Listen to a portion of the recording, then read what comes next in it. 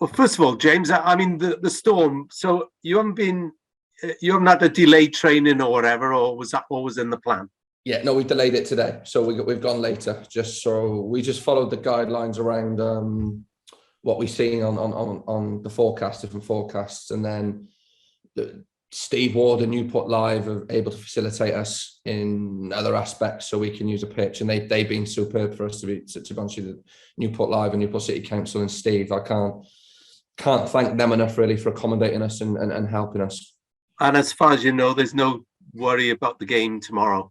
I hope not. So we're really looking forward to it. Really focused on Mansfield and focus on trying to put in a good performance. Before I get to that, I must ask you, with Mike Flynn going to Walsall, there was obvious sort of talk about maybe Wayne Hatswell following him.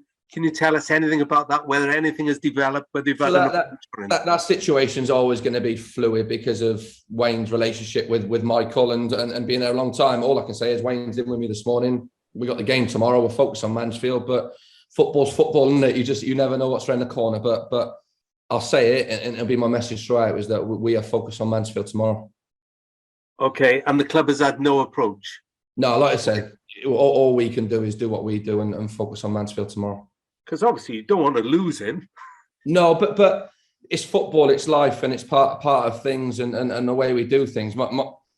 I think I made it clear what my relationship's like with Wayne, and that's there, and that'll always remain. But our focus for myself, my staff, my players is our performance tomorrow against Mansfield. And just finally on this, are you pleased to see Mike Flynn back in? I'm delighted for him because it is great for him. I haven't spoke to him yet. I didn't speak to him until a few weeks till I come into the job, but at Newport, but I'll leave him settle in, and I'm sure we'll have a conversation soon. Because you've said before you've taken over a club that was in a good nick when you came in. Yeah, I was lucky to.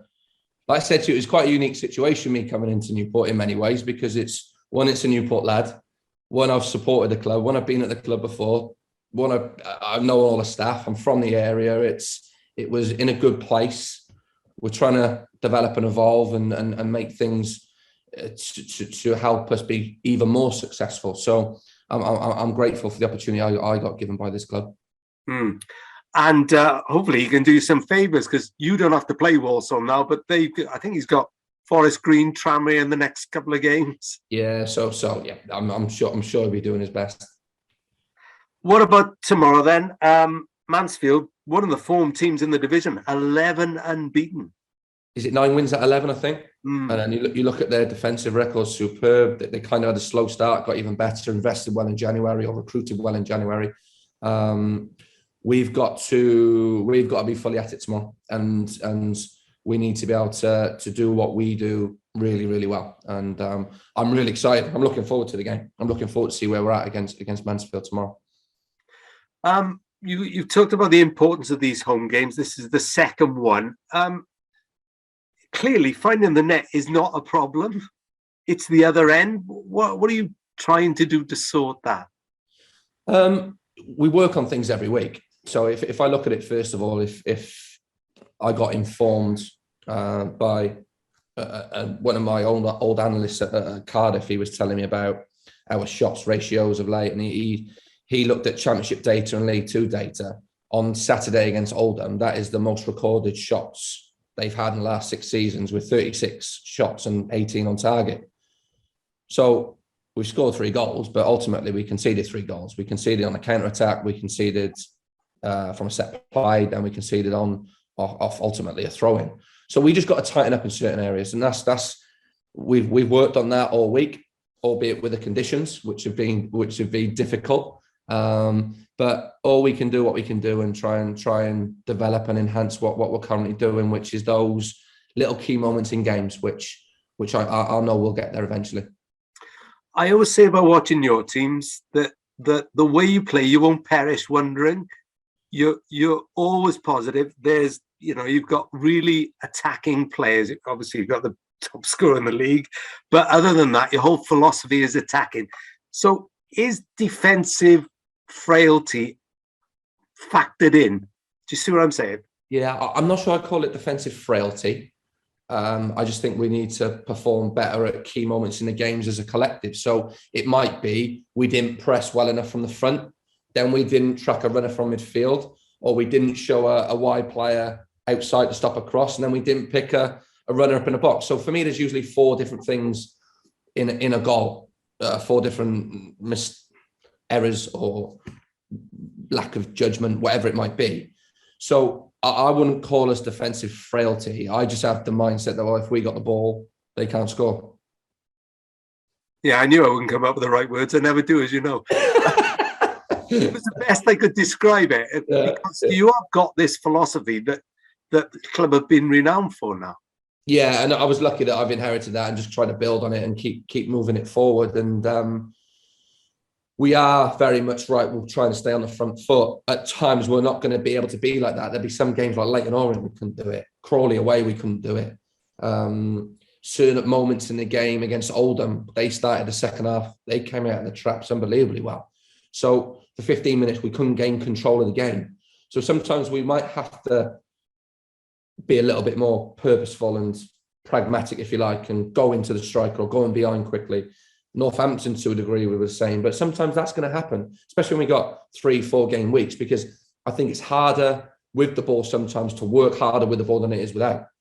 Because you've got to move more often, you've got to think more, you've got to be, there's a greater expectation and pressure on you. So I know the lads are working their socks off to try and keep improving, and it's a work in progress for us.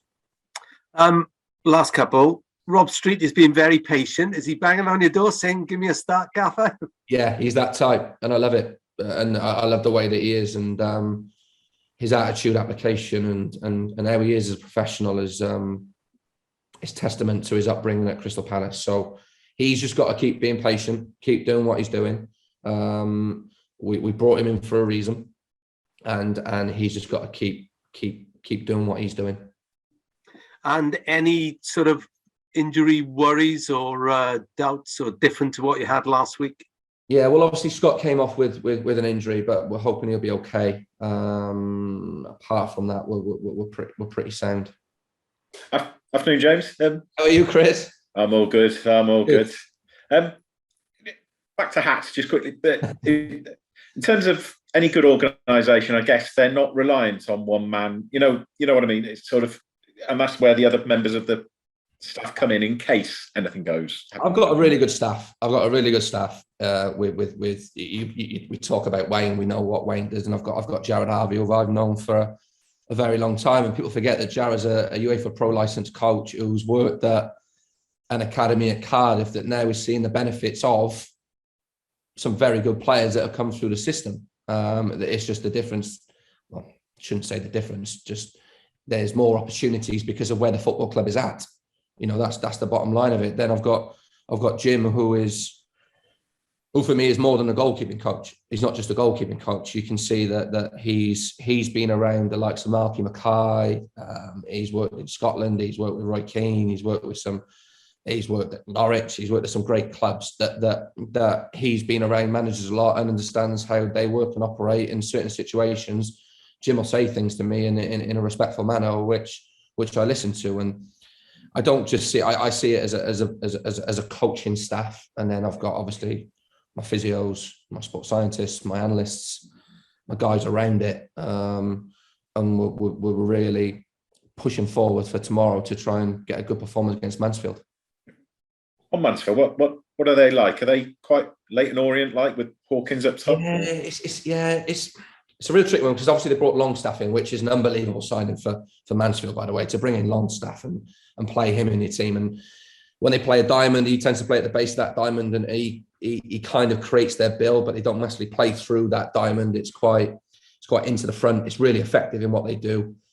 So we've just got to be able to stop certain supply lines to be able to them getting into their front two and then going from there. But we're really got to look then at us in what areas that we can exploit and what system we use, what fits best to play against either their diamond or whether they go 4-1, 4-1.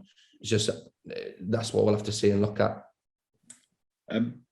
Rob mentioned Rob Street pushing, knocking on the door. I guess it's one of those where Courtney, though, he does so much more than his work rate and defensively as well is sometimes not undervalued by you or his teammates, I'm sure.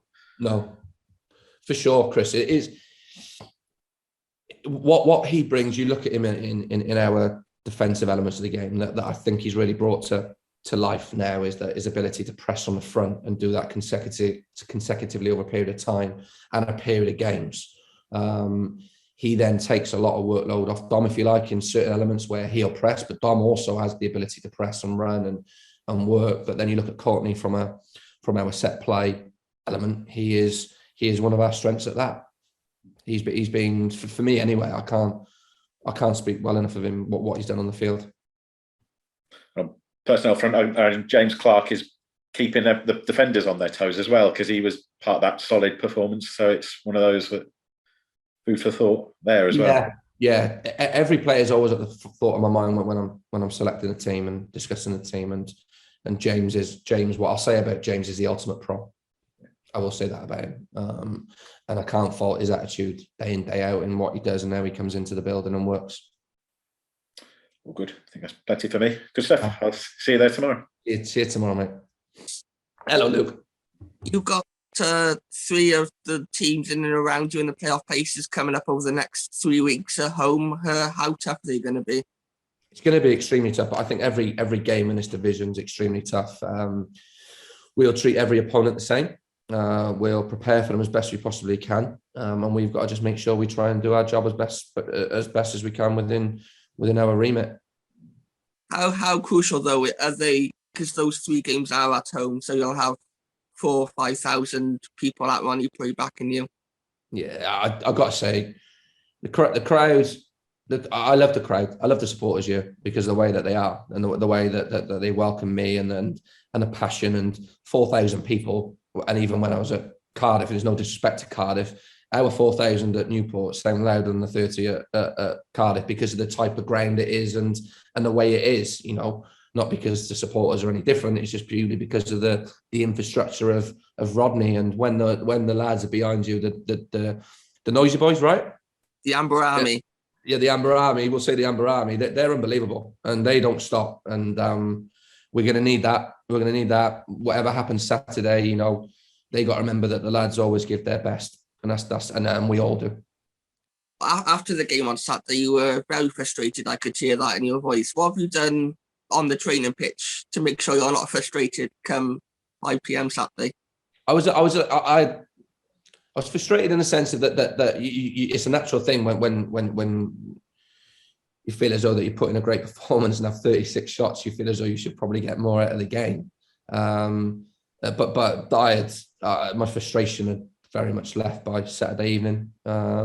In that sense, once I've had a bit of food and reflected and did that sort of thing, and then just watched the game back Monday, realised how good we were with the ball, realised how many opportunities we create, which really, really pleased me, actually. And if I took the positives from that, is how many we create. It's just, like I said, key moments of games. If we can defend better as a team, as a collective in those key moments, then hopefully we can push on. And in training, we've worked on certain elements that we feel that we need to try and develop and work on. But lads' attitude has been superb this week. You mentioned him a little bit earlier, but talk to me about Matty Longstaff. What's the signing for a League Two club? I don't think it was 2 years ago he was scoring a winner against Manchester United in the Premier League. I know. It's amazing. It's amazing for Mansfield to be able to attract that type of player. But they've also got other good players in the team, so we got to be mindful of that, and we'll focus on them. But bearing in mind, I'll say it every week, and you'll get bored of it. Rob surely is, by the sounds of it, because he's wanted me gone already. That I'll turn around and say that we focus on us. Okay, thank you. I'll see you tomorrow. Thanks, Luke. Thank you.